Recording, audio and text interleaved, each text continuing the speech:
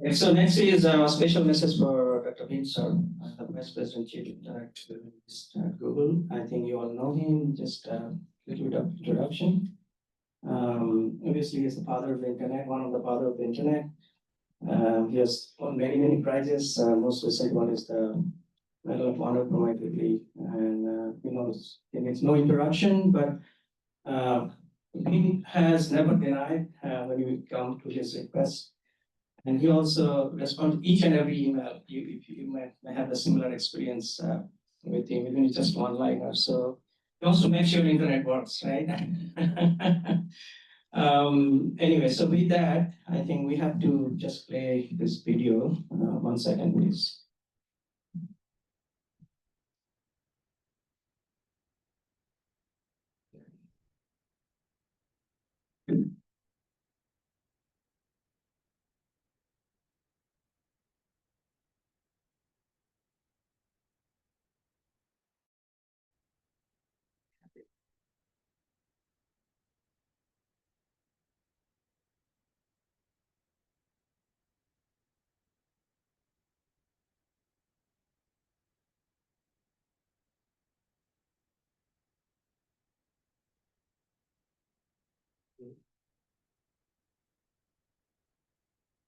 Use one of your printed cards. Yeah.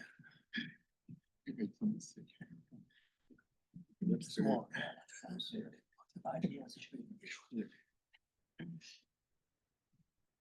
There you go.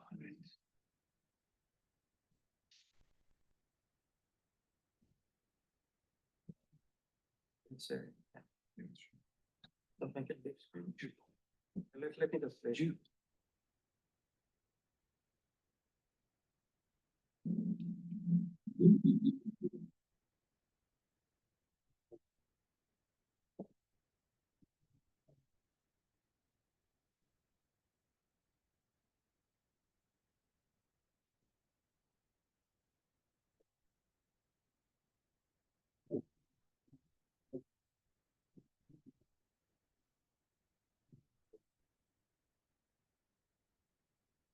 Sorry, we have to share the audio for the Zoom folks.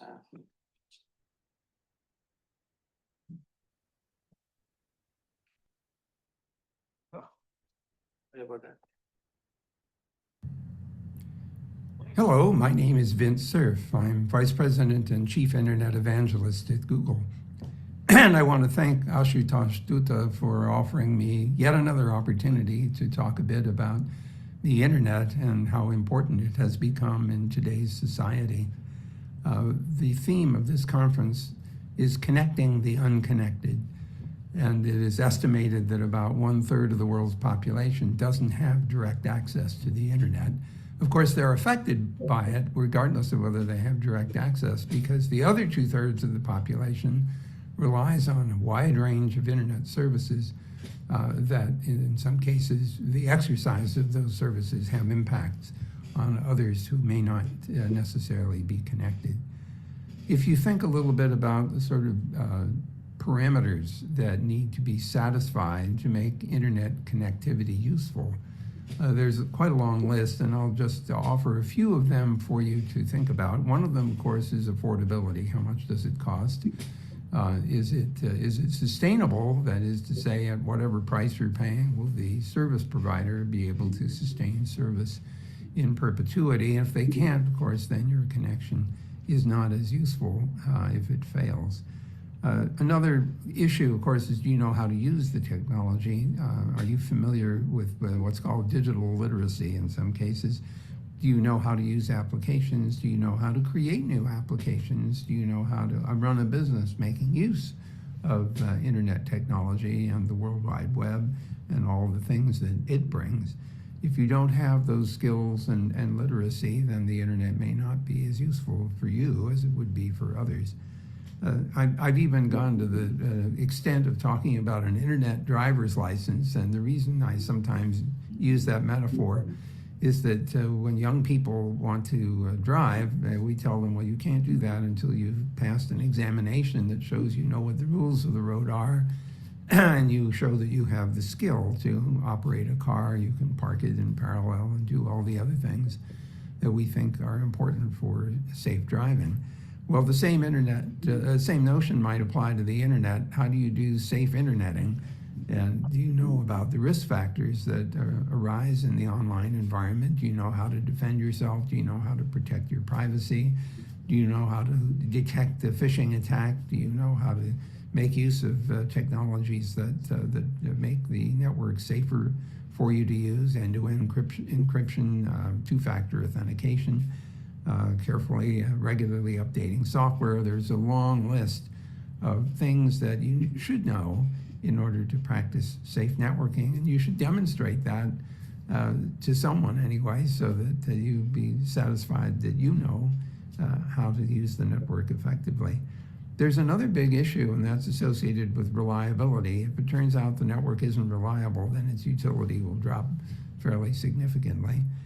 This also leads to the concerns that I have and others have for blackouts of the internet. Sometimes governments will turn the internet off, maybe in advance of an election, or because it thinks that harmful information is flowing through the net and they want to shut that avenue down.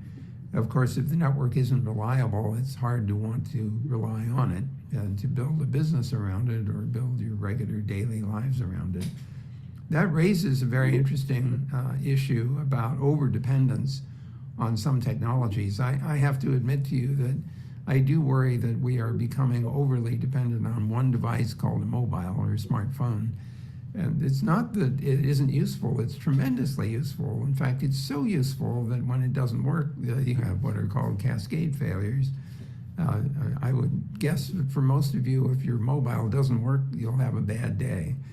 And that's a potential hazard. We really need to think our way through how to make the systems that we use more reliable and more resilient. And that's generally true of the internet itself. We want it to be resilient, but we want the applications that we use and the devices we use to be similarly resilient and reliable. Safety and security go hand in hand here. The online environment is not necessarily a benign one. There are people out there who have in mind to fool you, to steal money from you, to do what's called phishing, or denial of service attacks, or ransomware to force you to pay money to get your data decrypted. There are just a wide range of things that people can choose to do that harm others, which raises the question of accountability. The idea of absolute anonymity in the network, while it's attractive in some circumstances, is not helpful if the intent is that you hold parties accountable for bad behavior. And of course, this is an international problem because the internet doesn't notice when its packets have crossed an international boundary. So a perpetrator can be in one jurisdiction and the victim in another. And there you require collaboration and cooperation among law enforcement agencies in order to hold parties accountable for their bad behavior. I would say, and just in closing, that brittleness is one of the high points that I want to make. The system is dependent on electricity. None of the computers work without it. And so if you don't have a reliable electrical power supply, your internet service may not do you very much good.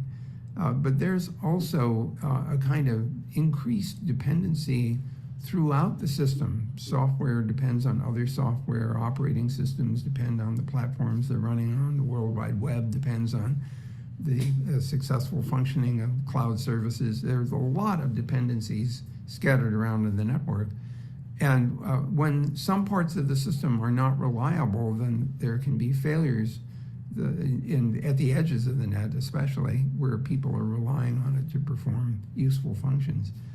I think it's probably also worth drawing into this discussion the famous buzzword artificial intelligence, because that's a hot term on everyone's lips. And that's another place where reliability and dependency could become problematic. If the systems are not super reliable, if they fail in unaccountable and unexpected ways, then our reliance on them can be very questionable.